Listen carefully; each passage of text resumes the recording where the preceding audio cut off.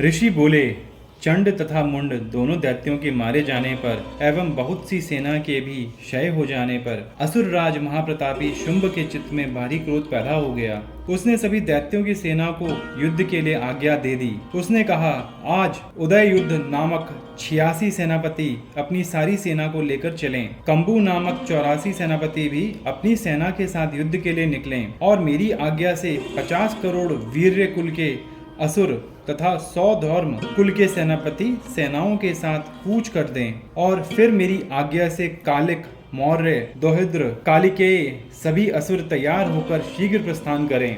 भयंकर शासन करने वाले असुर राज शुंभ ने इस प्रकार आज्ञा देकर स्वयं भी बहुत सी सहस्त्रों सेनाओं के साथ प्रस्थान कर गया। तब चंडिका ने देखा कि अब इस ओर भयानक सेना साथ लेकर निशुंभ आ रहा है। तब तो उन्होंने अपने धनुष की टंकार करके पृथ्वी आकाश के मध्य भाग को गुंजा दिया। हे राजन, उस समय सिंह ने भी बड़ी भारी गर्जना की। फिर अंबिका जी ने घंटा बजाकर उस गर्जना को और भी बढ़ा दिया। उस शब्द को सुनकर दैत्य सेनाओं के चारों ओर से आकर देवी, सिंह और काली को क्रोध के साथ घेर लिया। इसी अवसर के मध्य में हे राजन, दैत्यों के नाश के लिए तथा देवताओं की वृद्धि के लिए अत्यंत बल एवं पराक्रम से संपन्न होकर ब्रह्मा, विष्णु, शिव, कार्तिक, स्वामी, इंद्र आदि देवी की शक्तियां उन्हीं के शरीरों से निकलकर उन्हीं रूपों से चंडिका के पास आ गई। जिस देवता का जो रूप जैसे भूषण तथा वाहन है, उन्हीं वस्तुओं से संपन्न होकर वह देवता शक्ति वही रूप धारण कर दैत्यों के साथ युद्ध करने आ गई। ब्रह्मा जी की शक्ति, जिसे ब्रह्माणी कहा जाता है,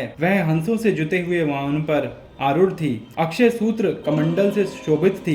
सबसे प्रथम उपस्थित हुई। महेश्वर की शक्ति वृषभ पर विराजमान सुंदर त्रिशूल धारण किए, महासर्पों के कंकण धारण किए, मस्तक पर चंद्र रेखा सुशोभित थी। वह माहेश्वरी शक्ति आई। कार्तिक स्वामी की शक्ति हाथ में शक्ति मोर पर आरूढ़ ग्रह रूपिणी कौमारी अंबिका शक्ति दैत्यों से युद्ध करने आई। वैसे ही विष्णु की शक्ति गरुड़ पर सवार होकर शंख, चक्र, गदा, शांग्र एवं खंग हाथ में लिए वह वैष्णवी शक्ति आई। या वाराहा का चित्र रूप धारण करने वाले विष्णु की वाराहा शक्ति वैसा ही शरीर धारण करके वहां आई। नरसिंह जी के समान शरीर को धारण किए, गर्दन के बालों को फटकारने से आकाश के तारों को बिखेरती हुई नारसिंही शक्ति वहां आ पहुंची। इंद्र की शक्ति इंद्र के समान रूप वाली 1000 नेत्र धारण किए, वज्र हाथ में लेकर ऐरावत गजराज पर आरूढ़ होकर वहां आ गई। तब उन देव शक्तियों से घिरे हुए शंकर जी ने चंडिका से कहा, मेरी प्रसन्नता के लिए शीघ्र से शीघ्र ही इन असुरों का संहार करो। तब देवी के शरीर से अत्यंत भयानक सैकड़ों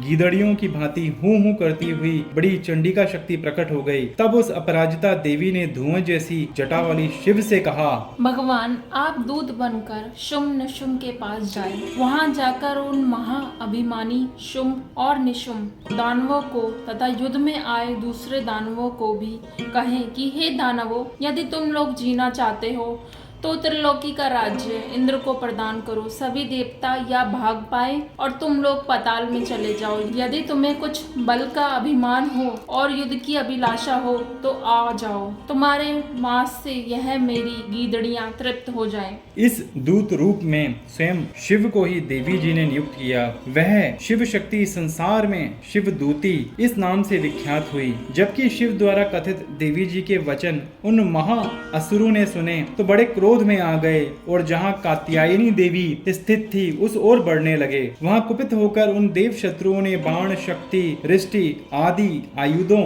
से देवी जी पर पहले वर्षा करना आरंभ कर दिया।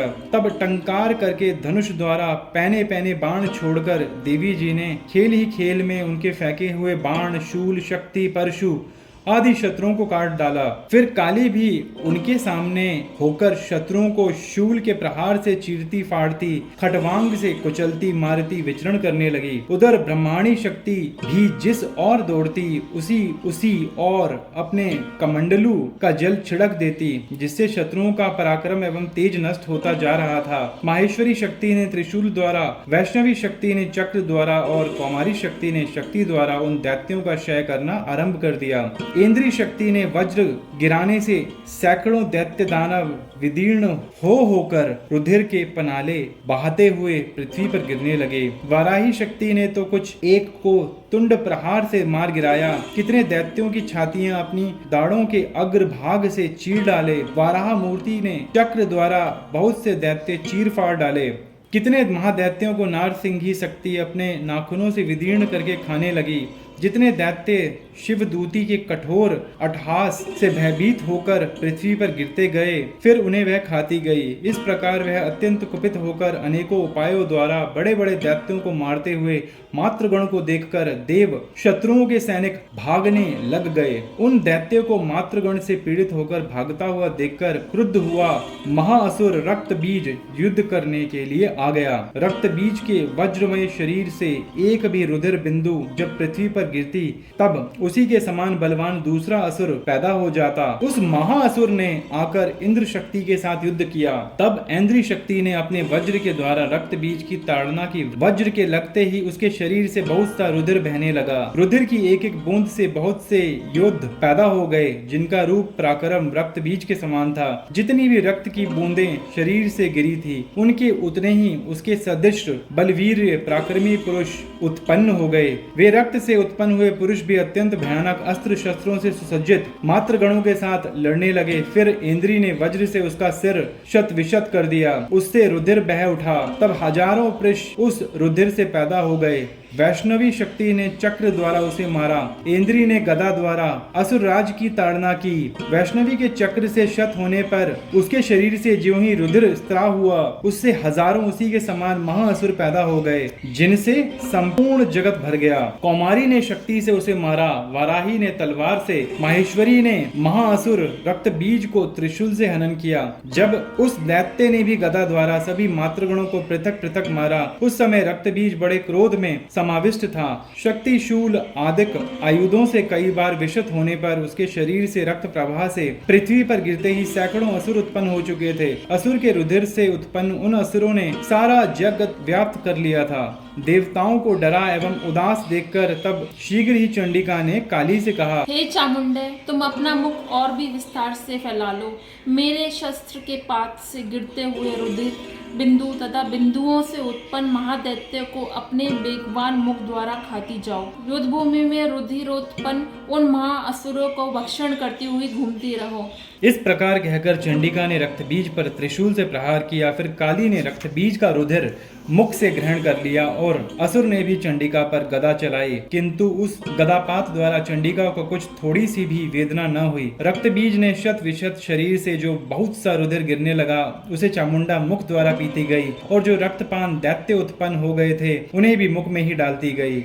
इस प्रकार चामुंडा ने सभी दैत्य खा डाले और रक्त बीज का रुधिर भी पी डाला। तब देवी ने शूल वज्र तलवार ऋषि आदि आयुधों से हीन उस महाअसुर रक्त बीज को मार दिया। शस्त्र समूहों से आहत होकर वह पृथ्वी पर गिर पड़ा। हे राजन, रुधिर तो उसका चामुंडा ने पी लिया था। उसकी मृत्यु होने पर देवता परम प्रसन्न हुए। मातृगण उसके रुधिर पान के मद से उन्मत्त होकर नृत्य करने लगे।